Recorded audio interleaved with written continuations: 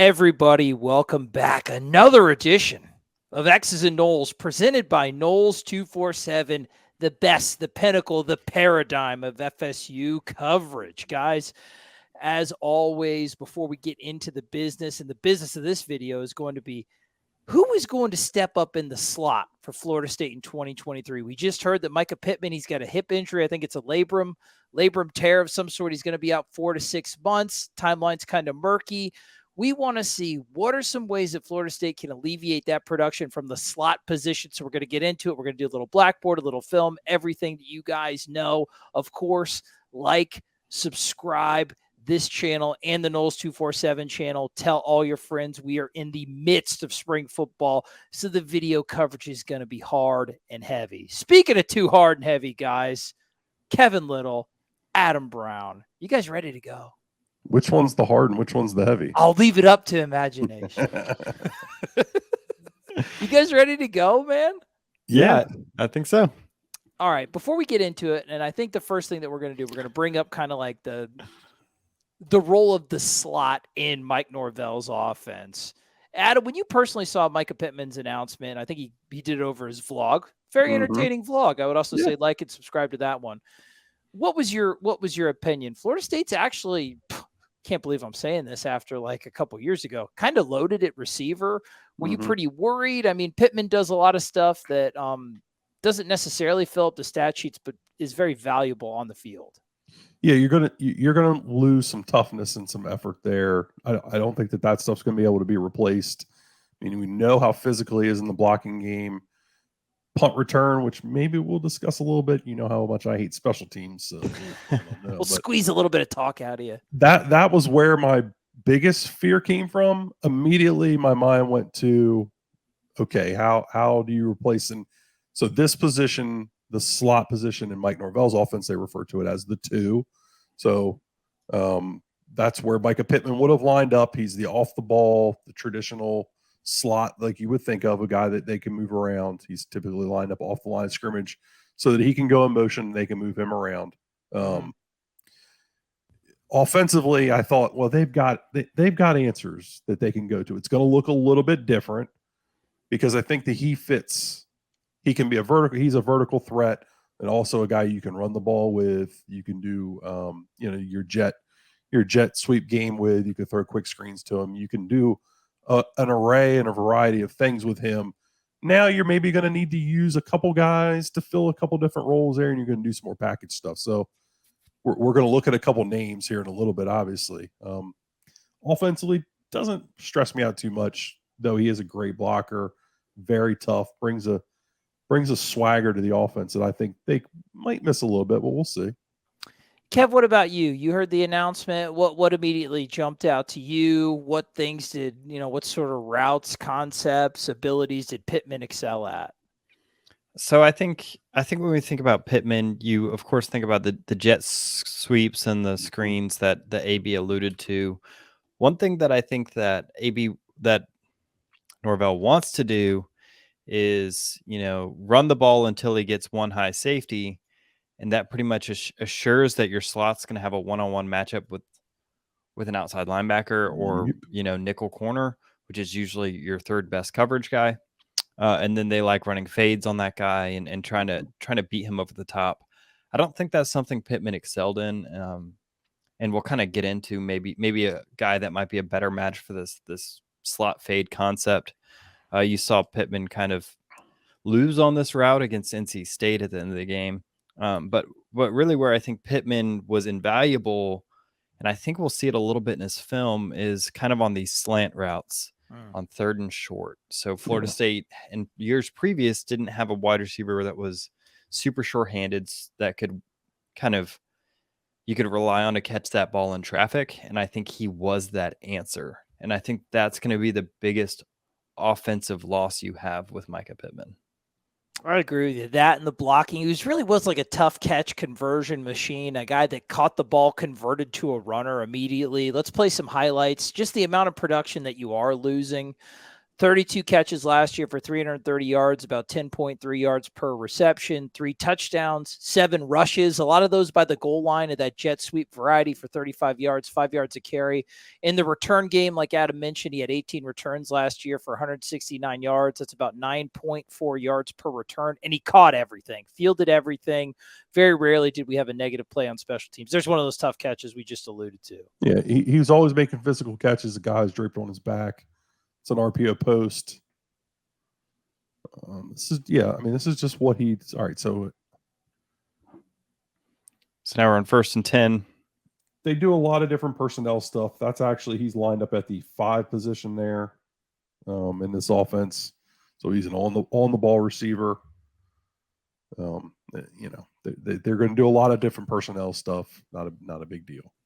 Yeah, this is something doesn't change who's going to go in and fill those roles. Yeah, I think. I mean, it's something that doesn't show up on the stat sheet. This is probably him just being aware enough to look back at Jordan Travis doing a scramble drill, coming back to him, and giving him an open body to throw the ball to. I mean, I think that's kind of a little. These first two plays are a good microcosm of his toughness, his sure-handedness, and just his intelligence as a player. And he had really good chemistry with Jordan Travis. I know a couple of these guys we're going to be talking about are essentially new players for Florida State. So developing that chemistry that we saw in that play before this one, on that broken one, that's going to take a little bit of time, I think. Yeah. I don't disagree with you. Luckily, the news comes and they've got all offseason now to kind of work on that. True. I think the toughness is the biggest thing for me. I mean, he just is scrappy. I mean, dude just, I don't know. He's got that kind of it factor where he's just going to make a big play when you need a big play. He's going to make a tough play when you need a tough play. I think that's hard to teach. It's hard to find. Yeah, and I don't know how many we're going to see on this highlight. This is a good catch. I don't know, and a good route as well. I don't know how many we're going to see on this highlight video too, but man, he was such an impact in the blocking game and the effort downfield, and such a big part of those Trey Benson and Trayshawn Ward and Toafili runs, man. Here you go. He's a football player. There you go, Adam. Don't just throw constantly. Up on yourself. He's just constantly working. He's a fighter. He's a grinder.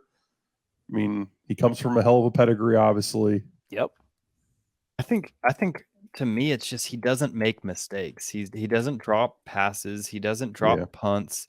He's very reliable. And even like if you go to the LSU game, there were 2 or 3 first downs you get because you can throw a slant to him over the middle and he's not going to drop the ball.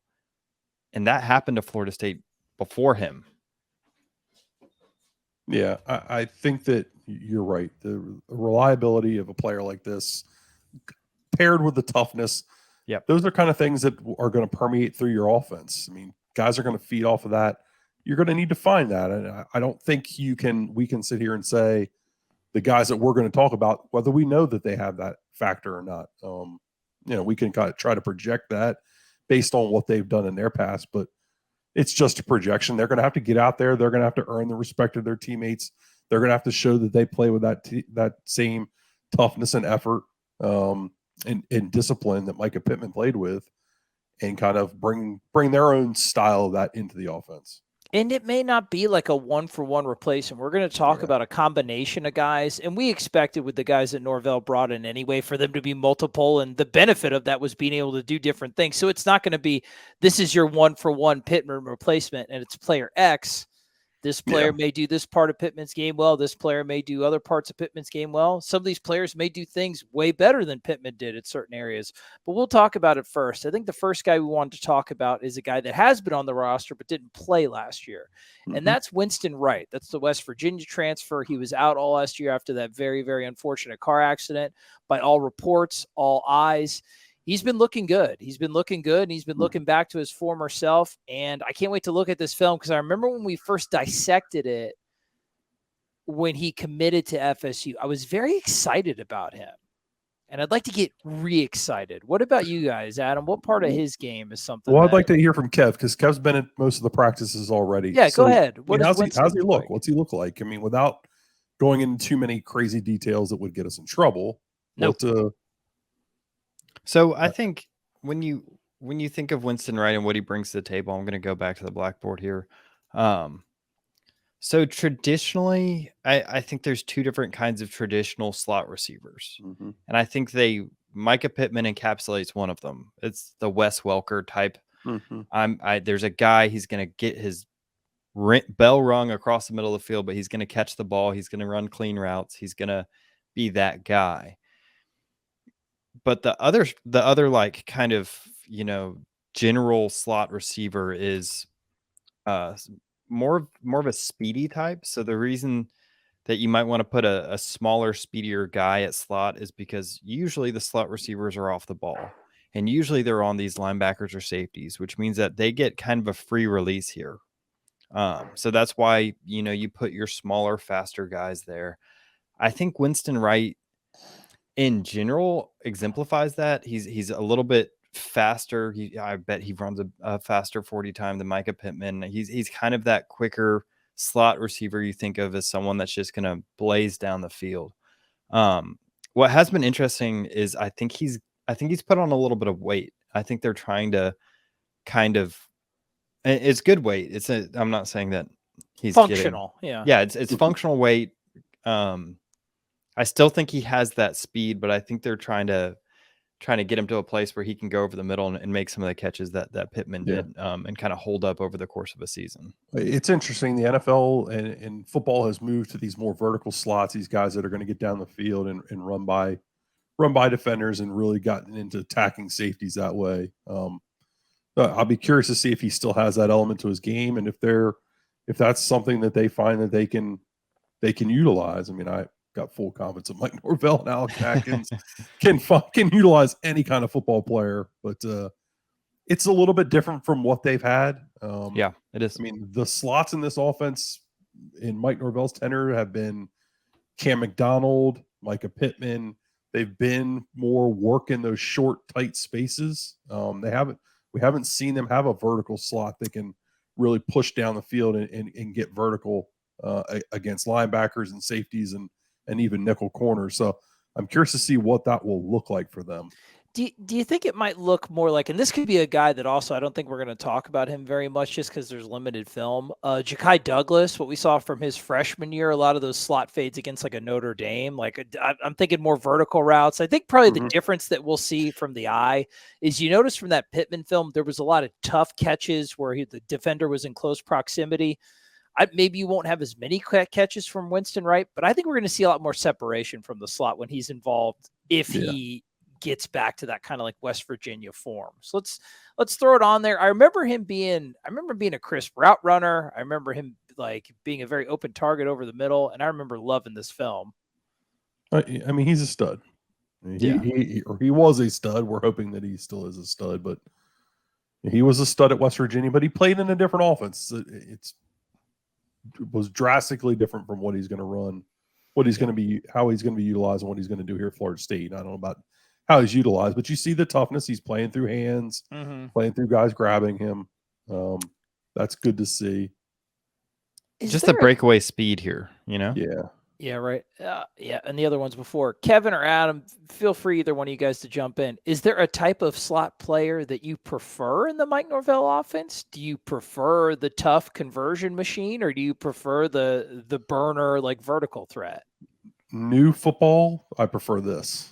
Well, this is being a kick return, but I prefer the more vertical style now in today's age of football, especially coming off of all the run game stuff they want to do and then getting into RPO games. I think these burners are where it's at. These dudes tend to change the scoreboard. There's not a lot of great stuff out there on him, unfortunately. He missed this year. Kind of tough to go through a full game and pull out his stuff. So we're limited in what we do have, but you get the sense. I mean, it's all going down the field. It's all at depths over 20 yards or 15 to 20 yards. Whereas Micah Pittman, you saw him on a post at about 15. You saw him more intermediate, middle of the field type game. With Winston Wright, you're seeing them isolate him on guys and using his vertical speed and quickness to run away from defenders. I think that's what you kind of got to do with him. It's not what they've done here, so I'm curious to see what it will look like. Yeah, I wonder if Well, first of all, touching on would you rather's of Pittman or Winston Wright, the two biggest indicators, two biggest statistical indicators on whether a game is won or lost are turnovers and explosive plays. Mm-hmm. And so you're losing that third down conversion piece potentially that you have with Pittman. Hopefully that there's someone that can kind of step up and replace that. I'm hopeful that there will be. And we'll kind of talk about potentially where you might look for that and then with the next guy. But getting a more explosive piece on the offense is generally a better move statistically, Right. as it pertains to winning football games. Yeah. And especially with this team too, hopefully you'll be in less of those like stressful conversion, like 3rd and 7 areas, because you're going to have a better offensive line. You're going to have a bigger Trey Benson. You're going to have another year of one of the best quarterbacks in the country developing again in Jordan Travis.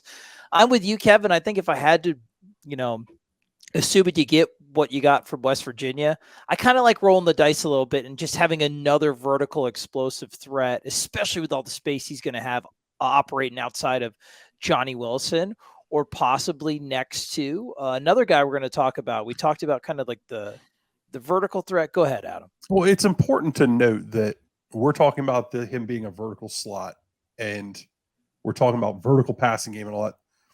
These passing games, it's all very fluid and changing. If you are running mesh, you can run mesh 8,000 different ways. If you're Kev, am I right? Yeah. We had a whole practice. If you're running flood, you can run flood 8,000 different ways. If you're running smash, there's a smash for every coverage, and you can get into it from a variety of formations and players. So maybe instead of Johnny Wilson being leaned on as heavily as a vertical threat, which should still be a vertical threat, maybe now Winston Wright takes on more of that role from the slot position, and they tailor their play action game around Winston Wright's vertical ability off the run game, instead of trying to do it with like a Malik McLean or whomever they would have done it with last year. You're just going to utilize him as your vertical guy more now from the slot position, and you're just going to tailor your passing game to that more than you would have, say, last year, where you had a Mycah Pittman, where you would have used Johnny Wilson more on a vertical and Mycah Pittman on the intermediate. Now you're going to use the player we're going to talk about next, or Kentron Portier or Darian Williamson or whomever. You're going to use them on the intermediate more, and you're going to use Winston Wright on the vertical shots. And I like that. It doesn't have to be all the vertical responsibility that Johnny had now goes to Winston. Right. You mix it up. You mix it up, and you wrong foot the defense. So they don't know who the vertical threat's going to be, because now you got a lot more guys that can do everything. And speaking of a guy that can do everything, South Carolina transfer Jaheim Bell. Yeah. One of the highest rated guys in the entire transfer portal. A guy, Kevin, you've seen him out at practice. I've heard reports as advertised. What do you think, man? This is the Swiss Army knife. Is he Swissing? Is he knifing? What are we talking about here? People his size should not move as well as he moves. Ooh, but he does. And that's exactly what I said about Johnny Wilson last year. He just stands out, right? You look at him, your brain thinks he's a tight end with his size, but then he's as fluid as any wide receiver out there. And so I think he's as advertised, just based off of preliminary viewings on padless spring practices, but like very indicative of future success, obviously. Right. But he certainly looks the part, and he has the SEC experience that kind of proves that he could be placed in a position to be successful. Okay. And then I don't know if you guys want to do right to film. Do you want to do the blackboard about how he's going to be used? Like, I mean, we had, like we said, slot for slot, or what are some of the creative ways maybe he can be I got to think this is the player who most steps into what Micah's role would have been and was last year, a slot fade kind of guy. We've seen him carry the ball out of the backfield, utilizing him on jet sweeps. utilizing him in the screen game, even getting him the ball now, letting him, let blocks develop like we would have seen with Mycah. I think he is the one that's closest to what Micah's game was. He might do it a little bit better, higher level because he's 6'4", 240 or whatever. I mean, it's kind of freaky what this dude is and how he moves. So he might just do it a little bit differently. He may not, Micah's really subtle with his quickness. This dude's, he's subtle, but he's also really freaking big, and he has some speed. So he may not be as subtle as what Mycah was, but he's going to use his size and his strength to kind of make up for. That's him legitimately just out of the backfield right now. We talked about Mycah converting to a running back after the catch. Jaheim Bell actually had to play running back for a while. Yeah, and here's him here mossing a true outside wide receiver. Yeah. So picture that out of the slot and running slot fade. And there he is, kind of like offset of the line of scrimmage. Could there be some scenarios where we see Bell and Wright like right in the slot, and then Bell right off the line of scrimmage, a little bit offset? That would put some people in a bind, I'd imagine. But here's a quick catch turned into a running back. Doesn't that just kind of look like a much bigger version of Micah Pittman running around out there? Somewhat. Yeah, I think you nailed it earlier, Trey, with Jakai Douglas, and I think you kind of get the shiftiness out of the slot, and then with Jaheim Bell, you kind of get the big physical body over the middle. That's a nice catch. Yeah, the dude's he's just built different. How many guys do you think legitimately can play running back at a high level and tight end at a high level and wide receiver at a high level in college football? I can't think of two. This is crazy. I'm looking at this as like a plebeian of like the lowest order. And I can't think of a guy as creative, as innovative as Mike Norvell. Seeing all the different stuff that you're seeing on this highlight, the guy's going to be used in so many different ways. I mean, the size, the agility for that size. Yeah. I mean, you see the vertical game with the go route against the outside corner of Georgia. You see the quick, tough physical game and a couple of intermediate routes. You see him on the quick game with a couple of the little RPOs. You see him running the ball. I mean, the dude's a slot receiver, but he's a tight end. So it's kind of natural to think that maybe he would slip into that role and fill those shoes a little bit. The reality is all of these dudes are going to play a variety of roles in this offense. None of them. Micah Pittman played the 5. He played the 2. He may have even played the 9, which is the kind of on the ball traditional X wide receiver. Like they've got a plethora of weapons at their disposal, and they're gonna use them all, baby. They're gonna use them all. Yeah, and Pittman's gonna be back for at least some part of the season. Yeah. So I do have a quick question before we move too far. Do you think Winston Wright might be more of a replacement of Ontario Wilson? Because I think you would look at Ontario Wilson being kind of a smaller, faster guy and think that he would be more of a slot receiver, but they played him a lot outside. Do you think it's possible Winston Wright kind of gets used in that way? I think it is, but was Wilson's placement in the offense because that was his optimum position, or because they had a lack of developed outside options outside of Johnny Wilson? Right? Kentron wasn't up to speed. Is this pokey hate? No. I'm saying, easy. What are you really trying to say here, Trey? Easy, big man. I see a vein popping. I'm saying, as a very veteran, steady hand, maybe his optimum position on a more talented team would have been in the slot, but they said, hey, you're a really good player for us. We don't have the other outside option outside of Johnny developed yet. Darian's been hurt. Kentrod needed a year of seasoning. Malik is a little bit off and on. We need another steady hand. Now with more steady and developed hands, that's what I'm saying. I definitely think you can see Winston on the outside. I think some of this goes back to what I was talking about earlier, though, of you're just going to shift roles. So Pokey was traditionally, he played that 2 position where he lined up outside. He was an off-the-ball receiver lined up outside, but he was a vertical threat. They were going to throw the post to him. That might slide to Wilson, but Wilson maybe more in the slot is going to do that job as opposed to being lined up outside. Or Winston, I'm sorry, not Wilson. Winston Wright is going to do that job from the slot position more than lined up outside. And that's a good point, Kevin. I think maybe we're a little bit tied up on where they are, but the more important thing is what they do. Yeah, I So think the vertical stressor could be from the slot. The vertical stressor could be from the outside. It's more about what they do than where they necessarily line up. Might be a good answer to your question. Get caught being pigeonholed into, well, this guy plays this or this Position. Yeah. We saw in that film alone that Mycah Pittman played 2 different positions. And Winston Wright's going to do that. Jaheim Bell's going to do that. Johnny Wilson does that already. Yep. The only player who kind of Kentron Portier is the kind of guy that's going to line up at the 9. I mean, Darion Williamson is going to line up as a slot, as an outside guy. They're going to move these guys. It's the offense built from playmakers because they're going to find a mismatch and they're going to attack it X, Y, and Z ways. It just kind of is what it is.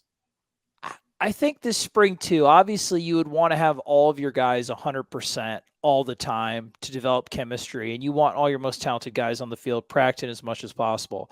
I think that maybe a silver lining of this injury, if you could even say that, is that it's going to let them be more creative with their rotations. Like almost like early season baseball, right?